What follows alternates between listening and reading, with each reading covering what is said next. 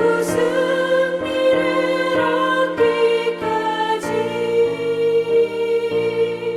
주의 십자가 사랑하리.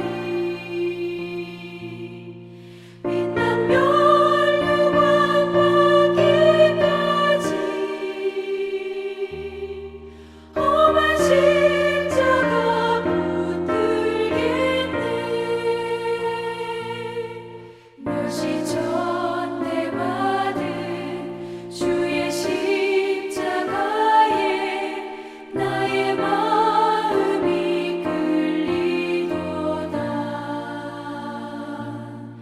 귀한 어린 양이 세상 죄를 지고 험한 십자가 지셨도다. 죄 무슨 일을 얻기까지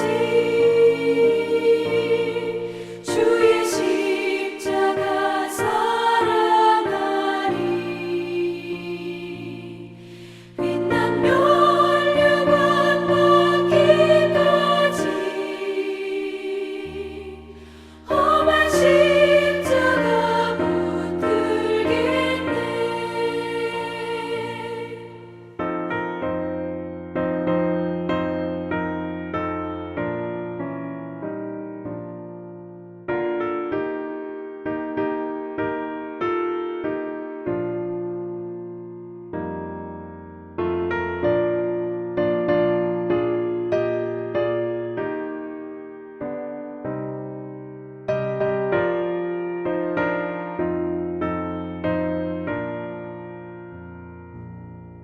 험한 십자가에 주가 흘린 피를 믿는 마음으로 바라보니 나를 용서하고 내 죄 사하시려 주가 흘리신 보혈이라. 죄 무슨 일을 얻기까지 주의 십자가 사랑하리. 빛난 면류관 받기까지 험한 십자가 붙들겠네. 주님 예비하신 나의 보양집에 나를 부르실 그날에는 영광 중에 계신 우리 주와 함께 내가 죽도록 충성하리. 죄 무슨 일을 얻기까지 주의 십자가 사랑하리. 빛난 면류관 받기까지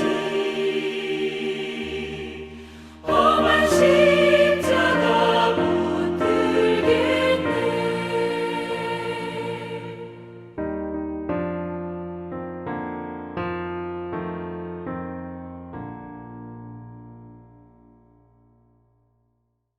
오늘 함께 읽을 하나님 말씀은 요엘 3장 18절에서 21절입니다. 그날의 산들이 단 포도주를 떨어뜨릴 것이며 작은 산들이 젖을 흘릴 것이며 유다 모든 시내가 물을 흘릴 것이며 여호와의 성전에서 샘이 흘러나와서 시딤 골짜기에 내리라. 그러나 애굽은 황무지가 되겠고 에돔은 황무한 들이 되리니 이는 그들이 유다 자손에게 포악을 행하여 무죄한 피를 그 땅에서 흘렸음이니라. 유다는 영원히 있겠고 예루살렘은 대대로 있으리라. 내가 전에는 그들의 피 흘림 당한 것을 갚아주지 아니하였거니와 이제는 갚아주리니 이는 여호와께서 시온에 거하심이니라. 아멘. 오늘 첫 번째는 복이 회복될 것이다 입니다. 하나님이 원래 이 세상을 처음 창조하셨을 때 인간의 노동은 즐거운 것이었습니다. 조금만 일해도 나무들이 달마다 열매를 풍성히 맺었기 때문입니다. 아담과 하와는 에덴 동산에서 마음껏 배불리 먹을 수 있었습니다. 하지만 인간이 죄를 짓고 피조세계도 타락했습니다. 원래 피조세계는 과일과 곡식으로 인간을 섬겨야 하는데 가시덤불과 엉겅퀴를 잔뜩 냅니다. 그래서 땀 흘려 일하지 않고는 먹고 살 수 없는 세상이 되었습니다. 심지어 땀을 흘려 일을 해도 우리의 소득은 보잘것없어 생존이 위협당하기도 합니다. 특히 요엘 당시 사람들은 메뚜기 떼의 공격으로 인해 순식간에 모든 것을 다 잃어버렸습니다. 이렇게 쫄딱 망하는 일도 이 세상에서는 생깁니다. 그래서 우리는 재물 쌓기를 아주 좋아합니다. 통장에 엄청난 액수가 찍혀 있고 매달 많은 소득이 입금될 때 우리는 든든하게 생각합니다. 우리의 삶은, 이 세상은 불안하기 때문입니다. 하지만 우리가 이 짐을 벗어버릴 날이 다가오고 있습니다. 최후의 심판 이후에 우리가 들어가게 될 새하늘과 새 땅은 어떤 곳입니까? 18절은 이렇게 예언합니다. 그날의 산들이 단 포도주를 떨어뜨릴 것이며 작은 산들이 젖을 흘릴 것이며 유다 모든 시내가 물을 흘릴 것이며 여호와의 성전에서 샘이 흘러나와서 시딤 골짜기에 되리라. 새하늘과 새 땅에서는 산에서 포도 농사가 얼마나 잘 되는지, 산들이 그냥 포도주도 아니고 단 포도주를 개울이 흐르듯이 떨어뜨린다고 말씀합니다. 또 목축은 얼마나 잘 되는지, 목축을 하는 작은 산에서는 우유를 강이 흐르듯이 흘릴 것이라고 말씀합니다. 원래 유다는 1년 내내 시내가 말라 있다가 우기에만 시내가 흐르는 편이죠. 그런데 새하늘과 새 땅에서는 말랐던 시냇물에 다 물이 가득 흐를 것입니다.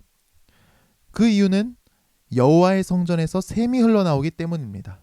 하나님께서 하나님 백성의 삶을 책임져 주시기 때문입니다. 그 정도가 어느 정도인가 하면 예루살렘 성전에서 샘이 흘러서 시딤 골짜기에 이를 정도입니다. 시딤 골짜기는 사해 근처에 위치한 곳으로 성전에서 아주 멀리 떨어진 지역입니다. 그만큼 수량이 풍부하다는 말씀이죠. 새하늘과 새 땅에서 하나님은 우리가 이 세상에서 흘린 모든 눈물을 닦아주시고 오직 영원히 하나님의 복과 생명과 기쁨만을 누리며 살아가게 하십니다. 다시는 만나가 내리지 않을까, 메추라기가 그치지 않을까 염려하고 불안해할 필요가 없습니다. 우리에게는 이 소망이 있습니다. 그렇다면 과연 누가 이 새하늘과 새 땅에 들어가게 될까요? 우리 주님은 이렇게 말씀하셨습니다. 온유한 자는 복이 있나니 그들이 땅을 기업으로 받을 것이미요. 온유한 자는 누구입니까? 하나님 백성이기 때문에 하나님이 원하시는 선을 행하고 돈이 아니라 하나님을 의지해서 사는 사람입니다. 악인을 만나도 분노하지 않고 불평하지 않고 하나님의 심판에 맡기는 사람입니다. 하나님 말씀을 어기고 더 성공하고 쌓고 이기고 싶은 온갖 유혹 앞에서도 끝까지 하나님 말씀을 지키면서 사는 사람입니다. 심지어 하나님 나라를 위해 내가 가진 것을 포기하고 헌신하는 사람입니다. 이 세상에서는 이렇게 온유하게 살아서는 성공할 수가 없습니다. 부유해질 수가 없습니다. 땅을 차지할 수 있을 리가 없습니다. 그러나 이 세상이 뒤집어지고 새하늘과 새 땅이 이루어질 때 땅을 기업으로 받게 될 것입니다. 오늘도 이 믿음과 소망으로 사는 우리가 되기를 축복합니다. 오늘 두 번째는 모든 원수를 갚아주실 것이다입니다. 먹고 사는 문제뿐만 아니라 이 세상은 불의하다는 문제도 있습니다. 악을 저지르고도 처벌받지 않고 빠져나가는 경우가 다반사입니다. 그런데 세상 마지막 날 하나님께서는 모든 악을 심판하시고 우리를 위해 모든 원수를 갚아주신다고 약속하십니다. 이스라엘을 주기적으로 괴롭히던 원수 나라들이 있었습니다. 19절에 나오는 애굽과 에돔인데요. 애굽과 에돔은 이스라엘을 침공해서 사람을 함부로 죽이고 피를 흘리고 사람들을 노예로 잡아갔습니다. 고역을 당하다 죽어가게 했습니다. 유다 사람들은 하나님의 성전이 있는 도시 예루살렘을 지키기 위해서 그 사명을 다하기 위해서 어렵고 힘들게 예루살렘에서 살았는데 사명을 다하며 살아가는 유다 사람들을 공격하고 착취했던 것입니다. 그러나 마지막 날에는 하나님께서 이 모든 원수를 갚아 주십니다. 21절에서 말씀하죠. 내가 전에는 그들의 피 흘림 당한 것을 갚아주지 아니하였거니와 이제는 갚아주리니 이는 여호와께서 시온에 거하심이니라. 우리의 믿음은 영원히 승리하게 되고 마지막 날에 우리에게 임한 하나님의 복은 영원할 것입니다. 그래서 20절에서 이렇게 말씀하죠. 유다는 영원히 있겠고 예루살렘은 대대로 있으리라. 우리의 소망은 절대로 실패하지 않을 것입니다. 하나님 나라는 영원할 것입니다. 하나님의 통치는 완성될 것입니다. 이 믿음과 소망으로 오늘을 사는 우리가 되기를 축복합니다. 기도하겠습니다. 하나님 아버지, 우리가 하나님 백성답게 온유하기를 원합니다. 주님을 위해 살게 하시고 하나님 나라를 위해 살게 하옵소서. 세상에서 더 많이 차지하고 쌓는데 우리 인생을 허비하지 말게 하옵소서. 어리석은 부자의 교훈을 기억하게 하옵소서. 하나님의 나라는 영원할 것이며 우리 아버지께서 우리 모든 원수를 갚아주시고 눈물을 닦아주실 것을 소망합니다. 오늘 하루 이 믿음과 소망에 합당하게 살게 하옵소서. 만나와 메추라기를 내려주시고 연약해진 육신을 낫게 하여 주시고 오늘 하루를 사는데 필요한 지혜와 능력을 더하여 주옵소서. 예수님 이름으로 기도합니다. 아멘.